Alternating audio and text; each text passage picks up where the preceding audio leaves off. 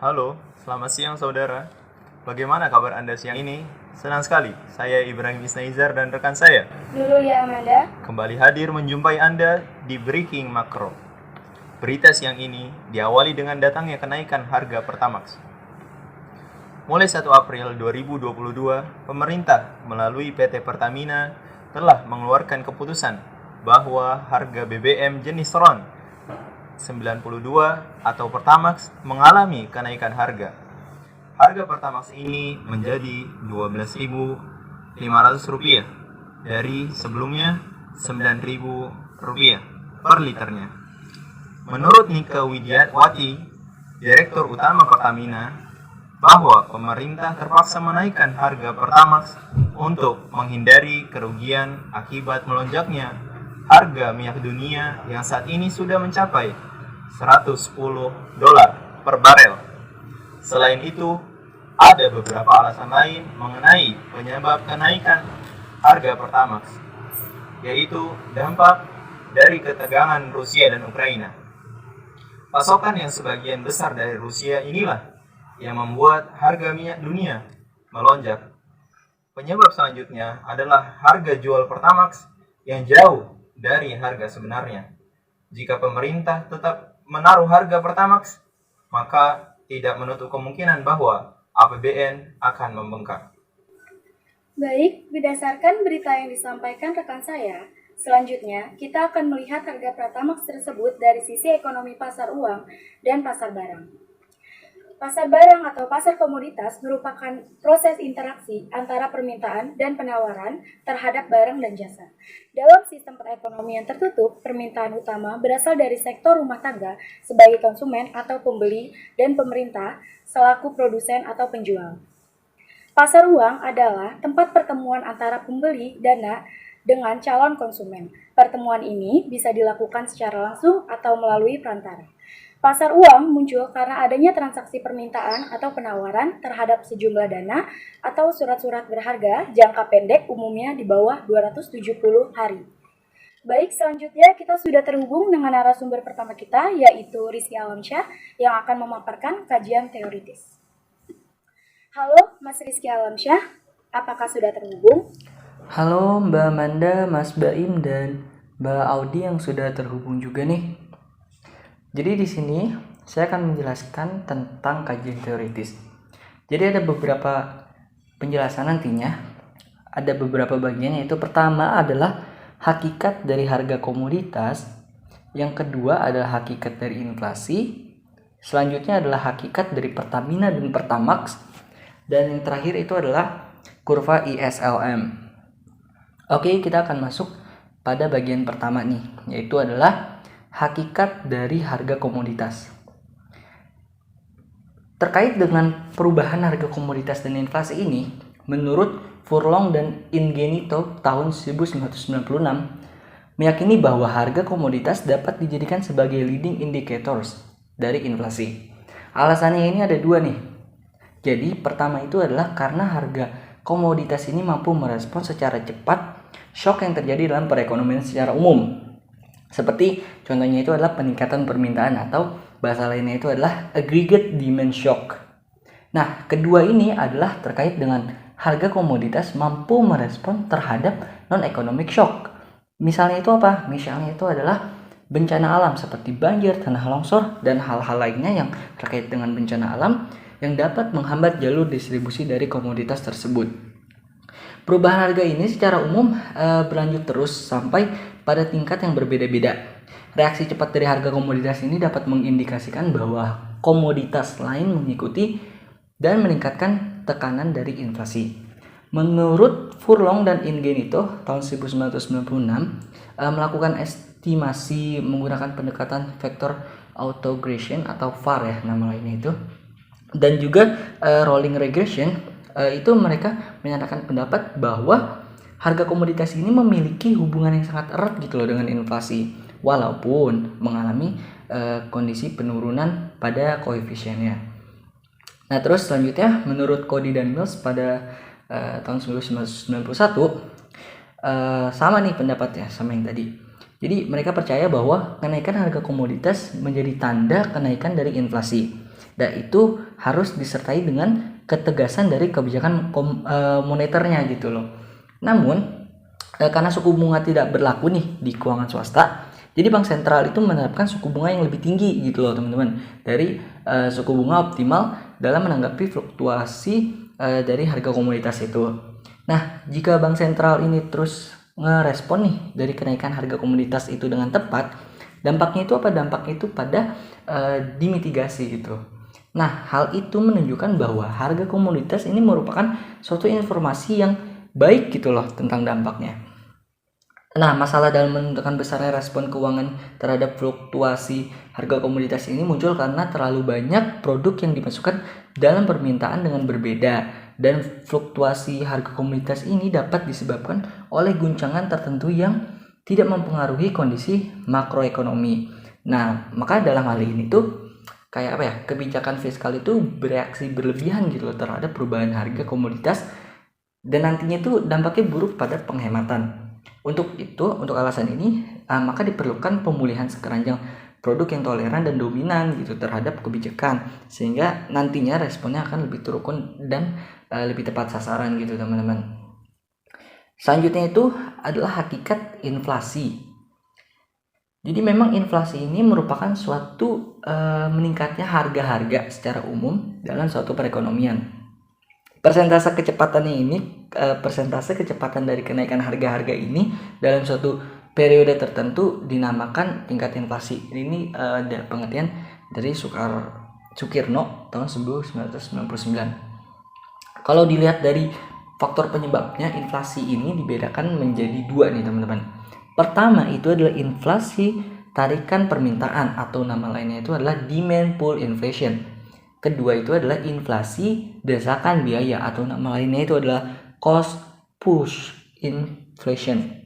Nah, pertama itu adalah demand pull inflation. Inflasi tarikan permintaan ini terjadi ketika total produksi barang dan jasa oleh semua produsen ini tidak dapat memenuhi permintaan total dari seluruh masyarakat. Jadi dengan kata lain adalah aggregate demand-nya itu lebih besar daripada aggregate dari supply-nya gitu loh. Jadi aggregate demand lebih besar dari aggregate supply-nya. Inflasi jenis ini terjadi ketika perekonomian itu penuh sama lapangan pekerjaan dengan perubahan ekonominya yang pesat gitu loh. Kalau dalam keadaan ini tuh biasanya tingkat produksi semua perusahaan itu udah mencapai kapasitas yang penuh gitu atau maksimal gitu. Dan maka dari itu akan ada kelebihan permintaan atau excess demand di pasar yang nantinya akan menyebabkan kenaikan pada harga. Ini merupakan pengertian juga dari Sukirno 1999. Kedua nih, jenis kedua itu adalah desakan biaya inflasi. Desakan biaya inflasi ini adalah fenomena di mana harga naik karena biaya produksi juga naik. Jadi naiknya biaya produksi mendorong produsen untuk menaikkan harga, bahkan jika permintaan terhadap produk yang mereka produksi itu mungkin menurun. Pengertian dari Sukirno 1999. Selanjutnya adalah hakikat dari Pertamina dan Pertamax. Jadi Pertamina ini adalah suatu badan usaha milik negara yang didirikan tahun 1957 dengan nama awalnya itu adalah Permina.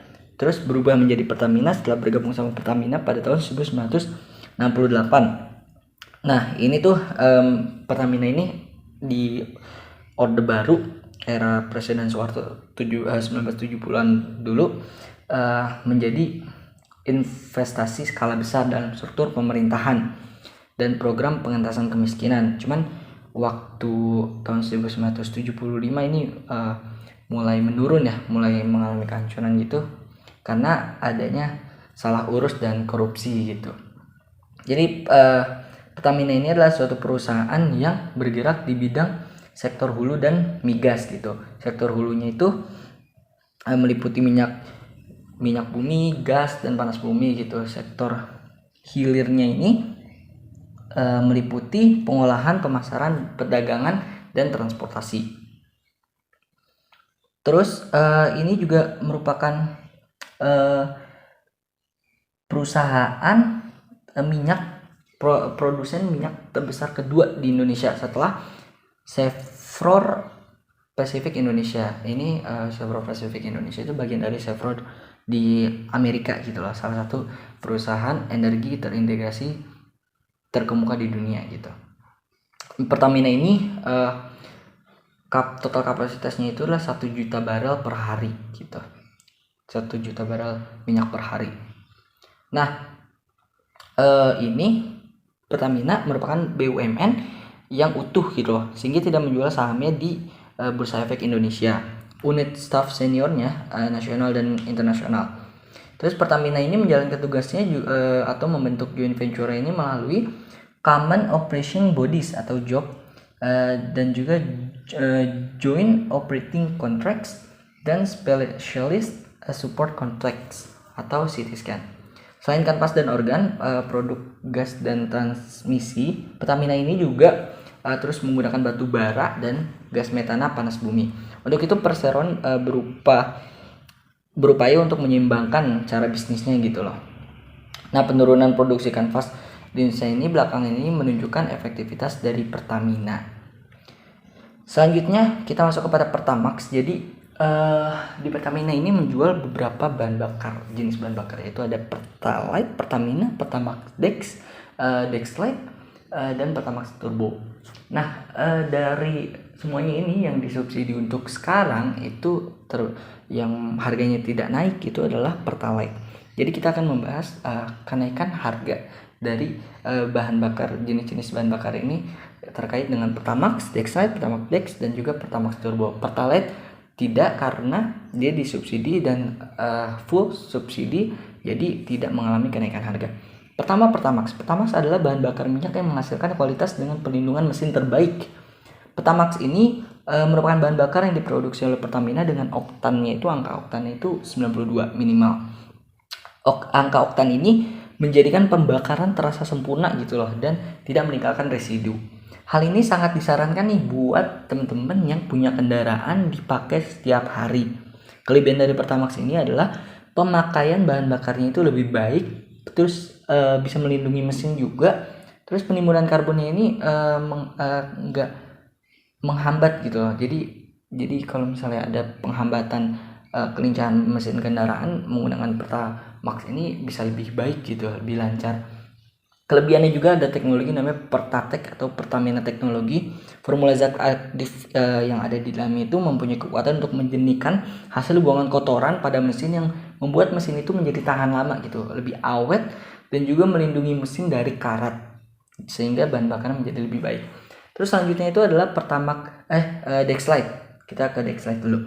Dexlite ini adalah salah satu jenis energi diesel dengan angka setananya itu setinnya itu minimal 51, dengan unsur sulfurnya itu maksimal 1200 ppm. Nah, hal tersebut berarti bahwa Dexlite ini merupakan jenis bahan bakar diesel yang menciptakan emisi itu lebih bersih dari polusi, serta penggunaannya itu hemat gitu loh. Dexlite ini termasuk energi diesel untuk beberapa mobil low SUV gitu, dan ya beberapa mobil perdagangan yang menggunakan teknologi common rail. Di Pertamina ini menciptakan Dexlite untuk menjadi energi yang lebih berkualitas tapi masih terjangkau gitu harganya. Keunggulannya itu menjadikan mesin itu tetap bertenaga karena nilai CT-nya itu 51, lebih baik dibandingkan daripada solar gitu. Kalau dibandingkan solar lebih baik Dexlite. Harganya itu juga tidak jauh berbeda dengan solar, dan dapat menjadikan mesin itu adaptive formula. Selanjutnya Pertamax Dex. Pertamax Dex ini adalah energi diesel yang memiliki nilai CT-nya itu 50 ppm. Jadi dengan nilai segitu mampu mengamankan mesin dan meningkatkan kekuatan mesin. Juga ini ramah lingkungan karena memiliki nilai Euro-nya itu 4. Pertamax Dex ini bahan bakar subsidi yang berjenis diesel. Rancangannya ini dapat menjadikan kendaraan diesel itu lebih bertenaga gitu, dan meminimalisir polusi. Pertamax Dex ini menjadikan pembakaran lebih sempurna, dan efek suara mesinnya itu jauh lebih halus, tapi kekuatan mesinnya itu lebih powerful. Keunggulannya itu dia meminimalisir polusi karena nilai Euro-nya itu 4. Ada aditifnya juga, kandungan sulfurnya juga lebih sedikit, jadi bahan bakarnya itu lebih awet. Terus eh murni gitu, lebih murni, lebih bersih bahan bakarnya, menjadikan mesin itu lebih bertenaga. Selanjutnya itu ada Pertamax Turbo. Pertamax Turbo ini merupakan bahan penjualan unggulan dari Pertamina yang memiliki nilai RON-nya itu 98. Dia lebih tinggi dari Pertamax biasa. Pertamax Turbo biasa itu 92, kalau di Pertamax Turbo itu 98. Jadi karena 98 ini membuat kendaraan itu lebih berteknologi tinggi gitu. Pertamax Turbo ini emang paket lengkap banget ya, karena RON-nya 98, sulfurnya juga nggak nyampe 50 ppm, nilai standar Euro-nya pun juga 4. Difasilitasi pula dengan formula Pertamina Teknologi dan Ignition Boost Formula. Jadi keunggulan dari hal tersebut adalah menciptakan si Pertamax Turbo ini menjadi gas sisa dengan komposisi karbon yang sedikit karena memiliki RON-nya itu 98, sulfur tak sampai 50 ppm. Jadi mampu menekan keseimbangan dan kelincahan dari kendaraan itu. Dampaknya apa? Dampaknya mesin lebih responsif, tenaganya lebih luar biasa, terus mesinnya juga menjadi lebih murni dan tidak karatan gitu karena teknologi Pertatek itu sendiri. Karena dari itu semakin tinggi nilai oktan, maka ketahanan atas kompresi itu semakin tinggi pula. Nah, pembakarannya itu menjadi tak terkalahkan karena tidak menyisakan residu pada ruang bakar yang membuat mesin terjamin kebersihannya. Selanjutnya, terakhir kita masuk kepada kurva ISLM. Kurva ISLM ini adalah penyatuan dari kurva IS dan LM. Ini tuh kaitannya dengan hubungan antara tingkat suku bunga atau R lambangnya dan juga pendapatan atau Y lambangnya. Implikasinya ini dalam berbagai kombinasi equilibrium di pasar uang dan pasar barang. Singkatnya itu rumusnya IS lebih besar dari Y sama dengan C kurung Y min T ditambah I kali R ditambah J. Terus LM strip M per P sama dengan L kurung R min, Y. Jadi pada persamaan di atas itu maka didapati bahwa kebijakan fiskal komponen itu ada G dan T. Kebijakan moneter instrumennya itu adalah M. Berdasarkan kurva ISLM ini dapat ditunjukkan bahwa dampak dari perubahan kebijakan fiskal ataupun moneter pada perekonomian agregat. Nah, dapat dikatakan bahwa model ISLM ini adalah kekuatan utama dalam hal mempelajari fluktuasi perekonomian dalam jangka pendek atau short term economic fluctuation. Jadi ini kita bisa lihat di layar ada kurva pertama dari ISLM ini. Keterangannya itu adalah titik E adalah equilibrium dalam pasar uang dan barang, yang berarti bahwa di saat actual expenditure sama dengan planned expenditure dan demand for real money balance sama money supply-nya. Terus ada pergeseran pada kurva ISLM. Pertama bisa bergeser karena adanya peningkatan belanja pemerintah. Kita masuk kepada bisa dilihat gambar di sini teman-teman di layar. Jika diasumsikan terjadi kenaikan government spending sebesar delta G, maka itu akan menjerumuskan kepada kenaikan pendapatan atau Y yang berkaitan dengan Keynes Cross. Dengan menggunakan konsep Keynesian multiplier, peningkatan di atas akan berimplikasi terhadap pergeseran kurva IS sebesar delta G kurung 1 min MPC. Jadi keterangan dari kurva ini yang ada di layar adalah pertama, kenaikan government spending itu sebesar delta G yang akan menjerumuskan kenaikan pendapatan dari Y1 ke Y2. Hal tersebut membuat pergeseran kurva IS dari yang ke arah kanan nih secara sejajar sebesar delta G 1 min MPC menjadi IS aksen. Dilanjuti kenaikan tingkat suku bunga itu berubah dari R1 menjadi R2. Terakhir adalah dampaknya itu adalah equilibrium dari ISLM ini mengalami perubahan yaitu dari E menjadi E aksen. Selanjutnya ada sebab penurunan dari belanja pemerintah. Bisa dilihat teman-teman dari layar kurva tersebut. Keterangan dari kurva tersebut adalah penurunan belanja pemerintah sebesar delta G menjadikan pengurangan level pendapatan dari Y1 menjadi Y3. Jadi itu membuat kurva IS ini bergerak ke arah kiri secara sejajar sebesar delta G 1 min MPC menjadi IS aksen. Terus suku bunganya menjadi turun dari R1 menjadi R3. Yang terakhir adalah implikasinya adalah equilibriumnya itu berpindah dari E menjadi E aksen. Yang selanjutnya itu adalah karena peningkatan jumlah uang beredar. Bisa dilihat teman-teman kurva selanjutnya di layar. Keterangan ini adalah dari kurva ini dapat dilihat bahwa peningkatan money supply dari Y1 menjadi Y4 ini akan berdampak pada penurunan tingkat suku bunga dari R1 menjadi R4. Hal tersebut akan membuat kurva LM nih bergerak ke arah kanan secara sejajar menjadi LM aksen. Nah, itu akan menjadikan juga equilibriumnya berubah dari E menjadi EM gitu. Dan terakhir ini adalah karena penurunan jumlah uang beredar. Bisa dilihat teman-teman kurva di atas ini.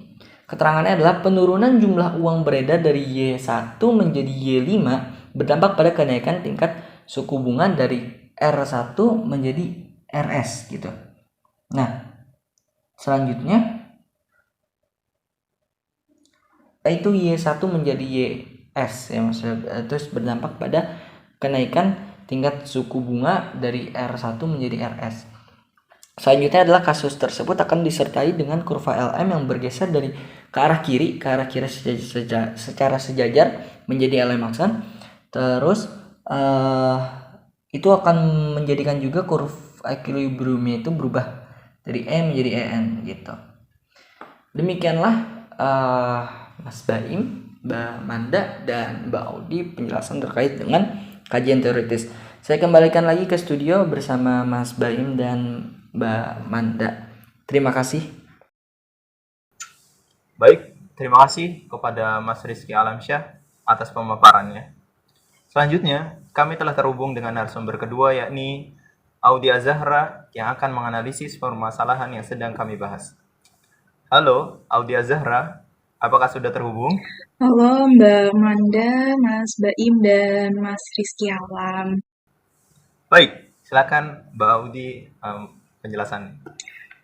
Oke, baik. Jadi setelah Mas Alam menjelaskan mengenai konsep pasar barang dan pasar uang, di sini saya akan menghubungkan kasus yang kita perbincangkan dengan materi pasar uang dan pasar barangnya. Jadi di pasar uang dan pasar barang ini nantinya akan berhubungan dengan kebijakan yang pemerintah berlakukan. Di mana kita tahu nih, pemerintah Indonesia itu ada yang fiskalnya dan kebijakan moneternya. Gitu kan. Nah, kemudian untuk pasar barang sendiri nantinya akan lebih berhubungan dengan kebijakan fiskal. Dan untuk pasar uang sendiri akan berhubungan dengan kebijakan moneternya. Nah, nanti setelah itu nanti akan ada namanya kurva pasar barang dan pasar uang yang bisa kita lihat itu tuh untuk menggambarkan keadaan perekonomian di Indonesia dalam jangka pendek yang sering sekali berfluktuatif. Nah, kemudian langsung masuk ke pasar barangnya nih. Di pasar barang, seperti di awal dibilang bahwa akan lebih berhubungan dengan kebijakan fiskal. Nah, kita tahu nih, di kebijakan fiskal itu lebih membicarakan tentang pengeluaran pemerintah, terus juga pendapatan pemerintah, gitu kan. Nah, untuk kasus yang Pertamax naik ini, kita itu akan lebih menghubungkannya ke pengeluaran pemerintahnya nih, gitu kan. Seperti kita tahu nih, Pertamax itu naik karena harga minyak naik, kan. Nah, ternyata pemerintah itu sudah menyusun RAPBN 2022 untuk subsidi bahan bakar itu sebesar 140 triliun. Nah, namun nyatanya baru bulan Maret 2022 saja itu realisasinya sudah mencapai 280 triliun. Kita tahu nih kenapa bisa meningkat 2 kali lipat lebih tinggi karena ya harga minyak dunia dari akhir 2021 itu sudah melonjak tajam gitu kan. Nah, kemudian walaupun harga Pertamax naik, tetapi Pertamax itu kan juga tetap disubsidikan oleh pemerintah ya sebesar 3.500. Nah, mungkin banyak yang bertanya nih, kenapa Pertamax naik walaupun sudah disubsidikan pemerintah sampai pengeluaran pemerintahnya itu naik. Nah, jadi pemerintah itu lebih mengalokasikan dananya untuk bahan bakar yang lainnya juga gitu kan, dan juga harga keekonomian Pertamax itu sudah jauh lebih tinggi daripada harga yang ditetapkan pemerintah. Jadi kalau pemerintah tetap mempertahankan harga Pertamax di angka 9.000, itu APBN akan melonjak tajam gitu kan. Nah, kemudian karena pengeluaran pemerintahnya itu meningkat, maka kalau di kurva pasar barangnya itu akan bergeser ke kanan. Nah, seperti kita lihat nih di layar, itu ada kurvanya, ini kurva pasar barangnya atau kurva IS-nya. Nah, jadi karena kurva IS-nya itu bergeser ke kanan, itu membuat sumbu horizontal Y itu sumbu pendapatan nasional itu juga meningkat dari Y1 menjadi Y2. Nah, sumbu vertikalnya nih yang R itu tingkat suku bunga itu juga meningkat nih dari R1 ke R2.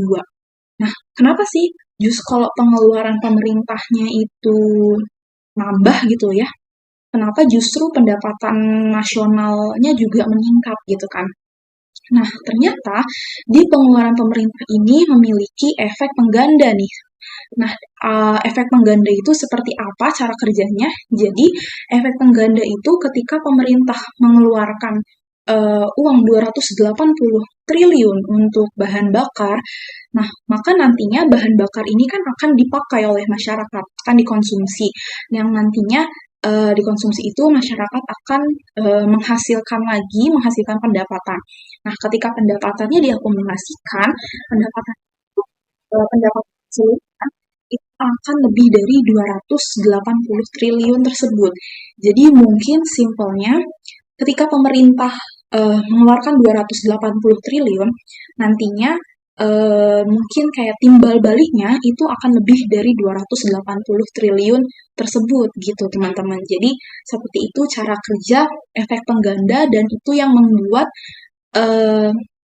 ketika kurvanya bergeser ke kanan, maka pendapatan nasionalnya juga akan meningkat gitu. Nah, kemudian kita bergeser ke pasar uangnya nih. Nah, mungkin sedikit fun fact aja nih, ternyata dalam ekonomi Islam itu nggak ada yang namanya pasar uang, atau uang itu tidak dijadikan komoditi gitu teman-teman. Jadi uang itu dalam Islam hanya pure digunakan untuk alat pembayaran saja dan alat penimbun kekayaan. Jadi nggak ada yang namanya komoditi pasar uang. Nah, tapi kalau di ekonomi kapitalis, ekonomi sosialis, itu kita tahu ya ada komoditi pasar uang. Oke, lanjut ke pasar uang.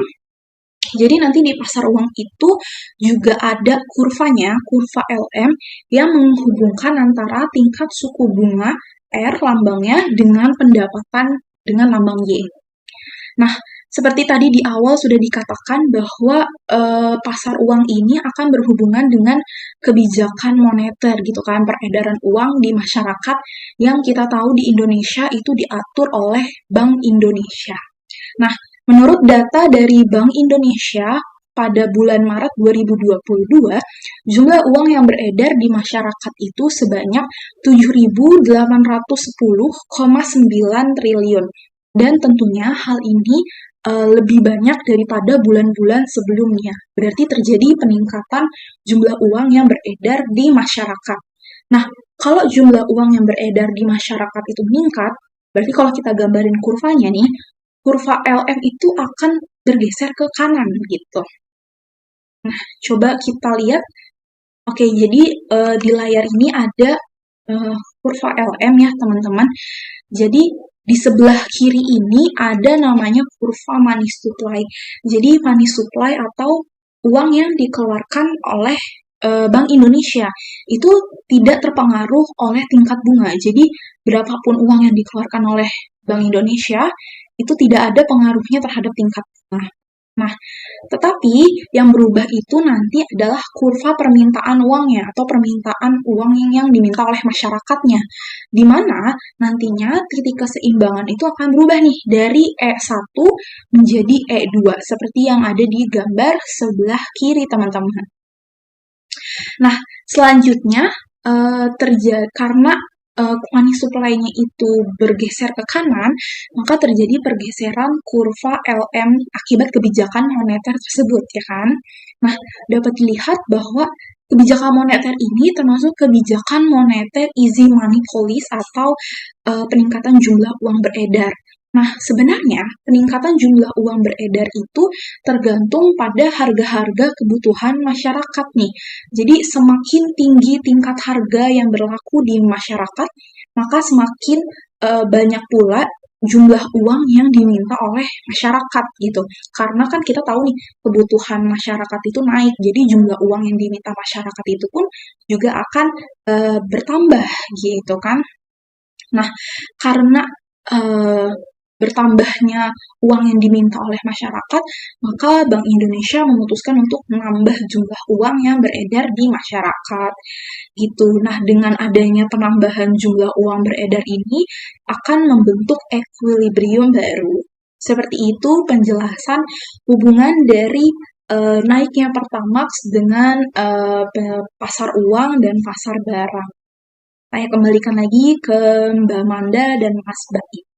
Terima kasih. Baik, berdasarkan jawaban narasumber, dapat kita simpulkan bahwa naiknya harga Pertamax memiliki dampak meningkatnya pendapatan nasional dan jumlah uang beredar mengalami peningkatan karena harga kebutuhan masyarakat naik. Demikian breaking makro siang ini. Saya Ibrahim Isnaizar dan rekan saya Nurulia Amanda, pamit undur diri. tetap semangat dan jangan lupa patuhi protokol kesehatan. Terima Terima kasih dan sampai jumpa.